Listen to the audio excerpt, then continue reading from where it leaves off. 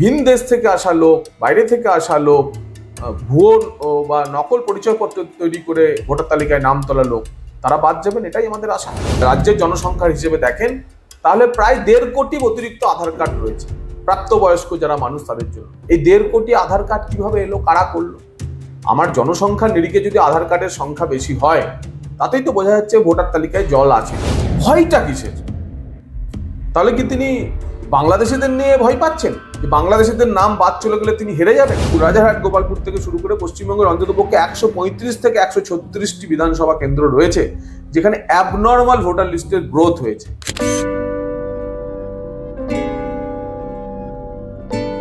জগন্নাথ, আপনাকে মাধ্যমে স্বাগত। দাদা, নিবিড় ভোটার তালিকা সংশোধন শুরু হবে, এই বিষয়ে আপনাদের প্রতিক্রিয়া, মানে আপনার প্রতিক্রিয়া? না, অত্যন্ত স্বাগত জানানোর মতো একটি পদক্ষেপ ভারতের নির্বাচন কমিশন করেছে। ভোটার তালিকার নিবিড় সংশোধন যেভাবে শুরু হচ্ছে তা স্বাগতযোগ্য পদক্ষেপ।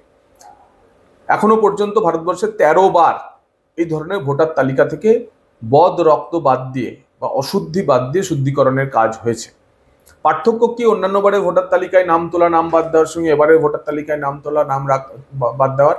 সেটা হচ্ছে অন্যান্যবার ভোটারকে যেতে হয় নির্বাচন কমিশনের কাছে, সেখানে গিয়ে তারা তাদের ফর্ম জমা দেয় ভোটার তালিকায় নাম তোলা, নাম বাদ দেওয়া, ঠিকানা পরিবর্তনের জন্য। কিন্তু নিবিড় ভোটার তালিকা সংশোধনের সময় ভারতের নির্বাচন কমিশনের প্রতিনিধিরা তারা একটা আগে থেকেই পূরণ করে রাখা ফর্ম, সেই ফর্ম নিয়ে বাড়ি বাড়ি যায় এবং তারা সেখানে গিয়ে প্রত্যেকটি ভোটারকে যাচাই করে। এবং তার ফলে আমরা দেখব যে সেই বাড়িতে, সেই ঠিকানায় যে সমস্ত ভোটাররা রয়েছেন তারা, তাদের নাম থাকতে কোনো অসুবিধা নেই। তাদের যদি তারা ভারতে জন্মগ্রহণ করে থাকেন, ভারতীয় হওয়ার প্রমাণপত্র থাকে, তাহলে তারা ভোটার তালিকায় থাকবেন। ভিন দেশ থেকে আসা লোক, বাইরে থেকে আসা লোক, ভুয়ো বা নকল পরিচয়পত্র তৈরি করে ভোটার তালিকায় নাম তোলা লোক, তারা বাদ যাবেন, এটাই আমাদের আশা। দাদা, এই যে আপনাদের অভিযোগ যে বাংলায় বহু ভুয়ো ভোটার রয়েছে, এবার কি কমিশনের মাধ্যমে তা প্রমাণ হবে? দেখুন, পশ্চিমবঙ্গে ভোটার তালিকার যে সংশোধনের কাজ কেন গুরুত্বপূর্ণ এবার হয়ে উঠছে, পশ্চিমবঙ্গে প্রায় 115% হচ্ছে আধার স্যাচুরেশন, অর্থাৎ প্রতি 100 জন জনসংখ্যায় 115টি আধার কার্ড পাওয়া যাচ্ছে। এই যে অতিরিক্ত 15টি করে আধার কার্ড পশ্চিমবঙ্গে তৈরি হয়ে আছে, অর্থাৎ আপনি যদি সারা ভারত রাজ্যের জনসংখ্যার হিসেবে দেখেন তাহলে প্রায় 1.5 কোটি অতিরিক্ত আধার কার্ড রয়েছে প্রাপ্তবয়স্ক যারা মানুষ তাদের জন্য। এই 1.5 কোটি আধার কার্ড কিভাবে এলো, কারা করলো? আমার জনসংখ্যার নিরিখে যদি আধার কার্ডের সংখ্যা বেশি হয়, তাতেই তো বোঝা যাচ্ছে ভোটার তালিকায় জল আছে। এরা তো এই আধার কার্ড দেখিয়েই তো, রেশন কার্ড দেখিয়েই তো ভোটার তালিকায় নাম তোলে। একইভাবে যখন ভোটার তালিকা তৈরির আগে যখন রেশন কার্ড আর আধার কার্ডের সিডিং হলো, তখন দেখা গেল প্রায় পশ্চিমবঙ্গে 50 থেকে 60 লক্ষ ভুয়ো রেশন কার্ড বাতিল হয়েছে। তাহলে ভুয়ো রেশন কার্ড বানিয়ে যারা ভোটার কার্ড বানিয়েছে তাদের কি হবে? তারপরে রেশন কার্ড, আধার কার্ডের এই এত নকল দেখেই বোঝা যাচ্ছে যে ডালমে কুচ কালা হয়। হ্যাঁ, পশ্চিমবঙ্গে বহু ভোটার রয়েছেন যারা নকল নথিপত্র বানিয়ে ভোটার হয়েছেন। বাংলাদেশে অনুপ্রবেশকারী আছেন, রোহিঙ্গা আছেন, অন্য যে কোনোভাবে নানাভাবে মানুষ এসে এখানে, যারা বৈধ নাগরিক নয়, যারা ভিনদেশি মানুষ, তারা এখানে নাম তুলেছেন। ভোটার তালিকা শুদ্ধিকরণে আশা করছি আমরা সেই নাম বাদ যাবে। তৃণমূল বারবার দাবি করছে যে বিজেপি এই যে সংশোধনকে ব্যবহার করে মুসলিমদের নাম বাদ দিতে চাইছে, এই অভিযোগকে কিভাবে দেখেন? দেখুন, এই গত সপ্তাহে 21শে জুলাই গেল। 21শে জুলাইয়ের আন্দোলন কি ছিল 1993 সালে? 21শে জুলাই মমতা বন্দ্যোপাধ্যায়ের মূল আন্দোলন ছিল ভোটার তালিকা সংশোধন চাই, সচিত্র পরিচয়পত্র চাই। তো হঠাৎ কি এমন হলো যে 25 সালে মমতা বন্দ্যোপাধ্যায়কে 21শে জুলাইয়ের মঞ্চ থেকে বলতে হলো যে ভোটার তালিকা সংশোধন করতে দেব না, কোনোভাবেই আমরা এই সংশোধন হলে তার বিরোধিতা করব, ঘেরাও করব? একজন সাংবিধানিক পদে থাকা মুখ্যমন্ত্রী কথা কি করে বলতে পারেন? একটি কনস্টিটিউশনাল একটি সাংবিধানিক প্রতিষ্ঠান ভারতের নির্বাচন কমিশন যখন সারা দেশে ভোটার তালিকা সংশোধনের কাজ করছে, বিহার দিয়ে শুরু হয়েছে, ধীরে ধীরে সারা ভারতবর্ষে এই কাজ শুরু হবে। এবং ভয়টা কিসের?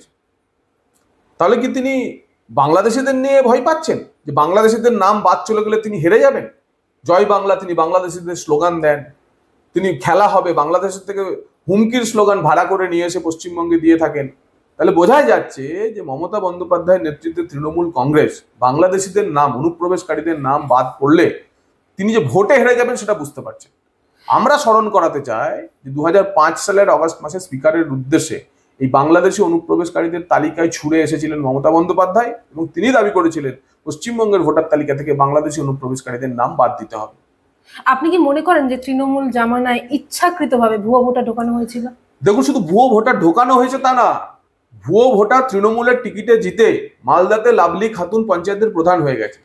আনসারুল্লাহ বাংলার জঙ্গি সাদ, সে নওয়াদা, হরিহরপাড়া, মুর্শিদাবাদের দুটো কেন্দ্রে ভোট দিয়ে চলে গেছে। একটা ভোটার কার্ড না, দুটো ভোটার কার্ড ছিল। আসাম পুলিশের STF এসে তাকে ধরে নিয়ে চলে গেল।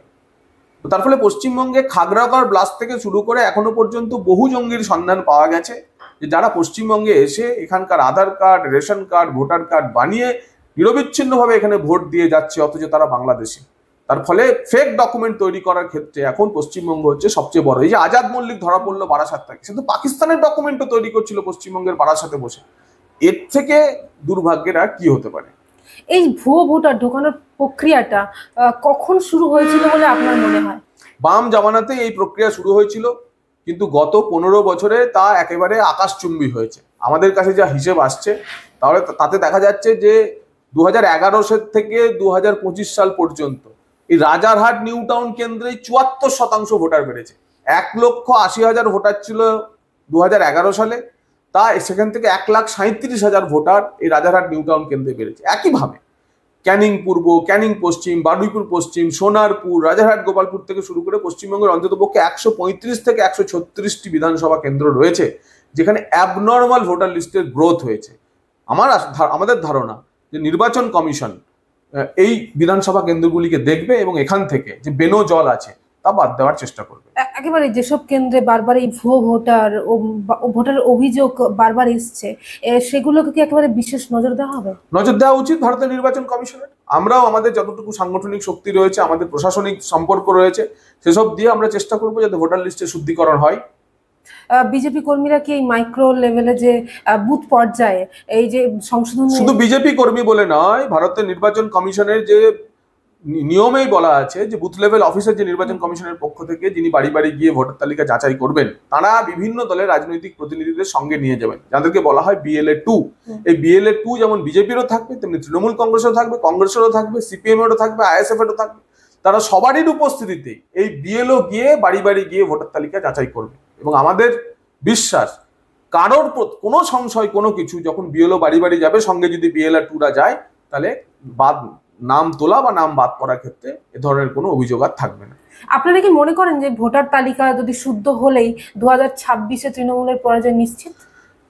দেখুন, শুধুমাত্র ভোটার তালিকার উপর নির্ভর করে ভোটের ফলাফল হয় না, কিন্তু ভোটার তালিকায় যদি বেনো জল থাকে, ভোটার তালিকায় যদি মৃত ভোটারের নাম থাকে, শিফটেড ভোটারের নাম থাকে, অ্যাবসেন্টি ভোটারের নাম থাকে, বিদেশি ভোটারের নাম থাকে, বাংলাদেশি অনুপ্রবেশকারীদের নাম থাকে, রোহিঙ্গাদের নাম থাকে, তাহলে তারা যাদেরকে ভোট দেয়, তাদেরকে ভোট না দিলে সেই দলের পরাজয় নিশ্চিত, কথা তো বলাই যায়। তৃণমূল বলছে যে এর ফলে সংখ্যালঘু ভোটারদের হেনস্থা করা হবে, এর পেছনে কি রাজনীতি দেখছেন আপনি? কোনো সংখ্যালঘু ভোটার, ভারতের নির্বাচন কমিশনের কাছে সংবিধান স্বীকৃত যে ব্যাখ্যা হলো সেটা হচ্ছে সে ইন্ডিয়ান সিটিজেনশিপ তার আছে কিনা, সে ভোটার কিনা, তার ধর্মীয় পরিচয়ে কেউ ভোটার হয় না।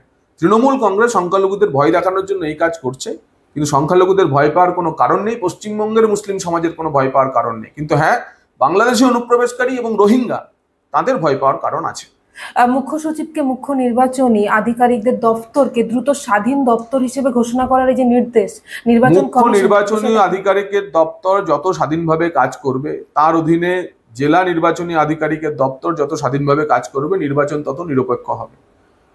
এবং ভারতের নির্বাচন কমিশন সিইও অফিসকে স্বাধীন করে তাকে আর্থিক ক্ষমতা দেওয়ার জন্য যে উপদেশ বা অ্যাডভাইজারি চিফ সেক্রেটারিকে দিয়েছেন, আমাদের আশা যে এই সাংবিধানিক যে প্রতিষ্ঠান, তাদের নির্দেশ মুখ্য সচিব বা নবান্ন মানবে। যদি না মানে, তাহলে এই সাংবিধানিক যে প্রতিষ্ঠান, তাদের মতো কাজ করার অধিকার আছে।